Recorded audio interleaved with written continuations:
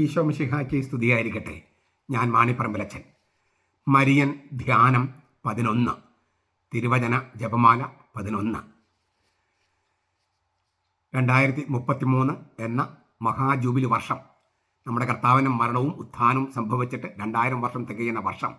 ആ വർഷത്തിനൊരുക്കമായി നമ്മൾ നടത്തുന്ന നവവത്സര ധ്യാന പരമ്പരയുടെ മരിയൻ ധ്യാന സെക്ഷനിൽ 11ാമത്തെ ധ്യാനമാണ് നമ്മളിപ്പോൾ കേൾക്കുന്നത്.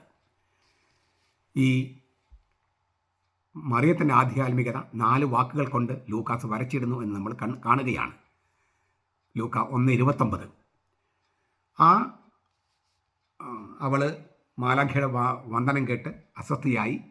ഇതിൻ്റെ അർത്ഥം എന്തെന്ന് അവൾ ചിന്തിച്ചു. അതേക്കുറിച്ച് നമ്മൾ ചിന്തിച്ചുകൊണ്ടിരിക്കുന്നത്.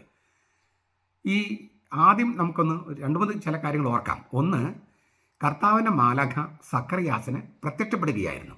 ലൂക്ക 1:11 പ്രത്യക്ഷപ്പെടുകയാണ്.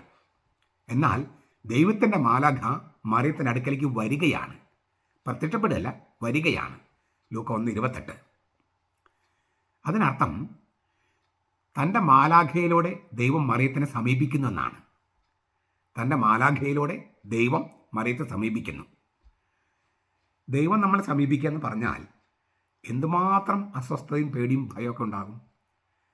നമ്മളൊരു പ്രധാനമന്ത്രിയെ കാണാനോ, ഏതാണ്ട് ഒരു സിനിമയിലില്ലേ ഒരു പ്രധാനമന്ത്രി പ്രസിഡന്റിനെ കാണാൻ പോയിട്ട് ബോധം കെട്ട് വീണ കഥ, അതൊരു വെറും കഥയായിട്ട് തോന്നുന്നുണ്ടോ? നമ്മൾ മാർപ്പാപ്പയെ കാണാനോ അല്ലെങ്കിൽ പ്രധാനമന്ത്രി കാണാനോ ഒക്കെ പോകുമ്പോൾ എന്തിനേറെ നമ്മുടെ മേലുദ്യോഗസ്ഥരെ തന്നെ ഒരു പോലീസ് സ്റ്റേഷനിലോ അല്ലെങ്കിൽ മുഖ്യമന്ത്രിയെ കാണാനൊക്കെ പോകുമ്പോൾ പോലും നമുക്കൊരു അസ്വസ്ഥതയും പേടിയും ഒക്കെ ഉണ്ടാകാം. സ്ഥിരമായി കാണാത്ത ഒരാളെ അല്ലെങ്കിൽ നമ്മളെക്കാൾ വളരെ ഉന്നതനായ ഒരാളെ ഇവിടെ ദൈവം തൻ്റെ മാലാഖയുടെ മറിയത്തെ സമീപിക്കുകയാണ്. എന്നിട്ട് ആ മാലാഖ ഒരു വന്ദനം പറയാണ്, ഒരു അഭിവാദനം പറയാണ്. വല്ലാത്തൊരു ആന്തരിക പരിഭ്രമമാണ് മറിയത്തിനുണ്ടായത്. അങ്ങനെ പരിഭ്രമിച്ചെങ്കിലും അവൾ ആ പരിഭ്രമത്തിൽ, അസ്വസ്ഥതയിൽ കുടുങ്ങിക്കിടന്നില്ല. പ്രത്യേകത, അതിൻ്റെ പൊരുള് തേടാൻ അവൾ തുനിഞ്ഞു. അങ്ങനെ ഭയരഹിതയായ സ്ത്രീയായി മറിയം നമ്മുടെ മുമ്പിൽ പ്രത്യക്ഷപ്പെടുകയാണ്. ഭയരഹിതയായ സ്ത്രീ, ഇത് വളരെ പ്രധാനപ്പെട്ട ഒരു കാര്യമാണ്. നമ്മൾ നാട്ടിൽ സ്ത്രീകൾക്ക് പേടിച്ചിട്ട് പുറത്തിറങ്ങാൻ പറ്റാത്ത സാഹചര്യമായിരുന്നു. കുറച്ച് മാറിയിട്ടുണ്ട്, ഇപ്പം മാറിക്കൊണ്ടിരിക്കുന്നു. അതിൻ്റെ ഷോക്ക് താങ്ങാൻ പറ്റാത്ത പുരുഷന്മാർ കണ്ടിടത്തും കേടത്തിടത്തൊക്കെ കൊല്ലും, പിന്നെ ബലാത്സംഗം ചെയ്യലും അതെല്ലാം കൂടിയിരിക്കുക. അതായത് സ്ത്രീക്ക് പുരുഷനോട് തുല്യത വന്നു എന്നുള്ളത് അംഗീകരിക്കാൻ പുരുഷന് സാധിക്കുന്നില്ല. അവൻ ആ ഭാവി ഇല്ലേ, ഫ്യൂച്ചർ ഷോക്ക് എന്ന് പറയുമല്ലോ, പ്രതീക്ഷിച്ചിരിക്കാത്ത സംഗതികൾ, അതായത് ശരിക്കും സംഭവിച്ചു കഴിഞ്ഞപ്പോൾ പുരുഷന്മാർക്ക് പേടി കാരണം സ്ത്രീകളെ ഉന്മൂലനം ചെയ്യാൻ നടക്കുകയാണ്. ഭയരഹിതയായ സ്ത്രീ, അത് മറിയം അക്കാലത്ത് തന്നെയുണ്ട്. 2000 കൊല്ലം മുമ്പത്തെ കാര്യം പറഞ്ഞത്, നമ്മുടെ തള്ളിപ്പോൾ പതുക്കെ വരുന്നേ ഉള്ളൂ. ഭയരഹിതയായ സ്ത്രീ, തീർത്തും അപ്രതീക്ഷിതവും അഭൂതപൂർവമായ ഒന്നിൻ്റെ സാന്നിധ്യത്തിൽ പോലും മനസാന്നിധ്യം നഷ്ടമാകാത്തവളാണ് മറിയം. കാരണം പ്രശാന്ത ചേതസ്സുള്ളവളാണ് മറിയം. പ്രശാന്തത. അപ്പം അതുകൊണ്ട് എത്രയൊക്കെ അപ്രതീക്ഷിതമായ ഒരു സന്ദർഭമാണെങ്കിൽ പോലും അവളുടെ മനസാന്നിധ്യം നഷ്ടപ്പെടുന്നില്ല.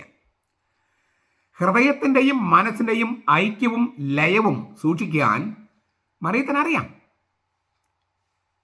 അതിനാൽ ഇതപര്യന്തം ഉണ്ടാകാത്ത, ചരിത്രത്തിൽ മുമ്പെങ്ങും ഉണ്ടാകാത്ത ആ സാഹചര്യത്തെയും സംഭവത്തെയും വിലയിരുത്താൻ മറിയം പഠിച്ചു. ദൈവത്തിൻ്റെ സന്ദേശവാഹകൻ്റെ മൊഴികളുടെ അർത്ഥം, പൊരുളുകളുടെ അടരുകൾ വിവേചിച്ചറിയാൻ മറിയത്തിന് കഴിഞ്ഞു. അങ്ങനെ ദൈവവചനത്തെ ധ്യാനിച്ച് മനനം ചെയ്യുന്ന സഭയുടെ പ്രതീകമായിട്ട് മറിയം നിൽക്കുകയാണ്. ദൈവവചനത്തെക്കുറിച്ച് ധ്യാനിച്ച് മനനം ചെയ്യുന്ന സഭയുടെ പ്രതീകമായി മറിയം നിൽക്കുന്നു. വേദരചനകളെ അവയുടെ സമഷ്ടിയിൽ, ഹോൾനെസ്, സാകല്യത്തിൽ, എൻറ്റയർട്ടി മനസ്സിലാക്കാൻ ശ്രമിക്കുകയും തനിക്ക് നൽകപ്പെട്ട ദിവ്യ നിയോഗത്തിൻ്റെ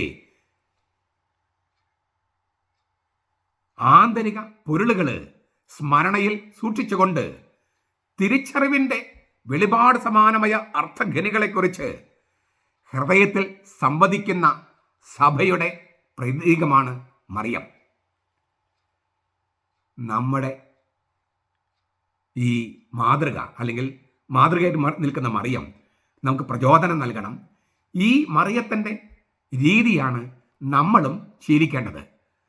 തീർത്തും അപ്രതീക്ഷിതമായ കാര്യങ്ങൾ വരുമ്പോൾ, നമ്മൾ പിടിച്ചുലയ്ക്കുന്ന കാര്യങ്ങൾ വരുമ്പോൾ, നമ്മുടെ സ്വപ്നങ്ങൾ പാടെ തകർത്ത് കളയുന്ന സന്ദേശം ലഭിക്കുമ്പോൾ, അപ്പോഴും മനസാന്നിധ്യം നഷ്ടപ്പെടാതെ അവയുടെ സമഷ്ടിയിലും സാകല്യത്തിലും കാണാനും രക്ഷാചരിത്രത്തിൽ എൻ്റെ റോൾ എന്ത് എന്ന് ധ്യാനിച്ച് കണ്ടെത്താനും മറിയത്തിൻ്റെ മാതൃക, സഭയുടെ മാതൃക നമുക്ക് ഓരോരുത്തർക്കും പ്രചോദനമാകട്ടെ.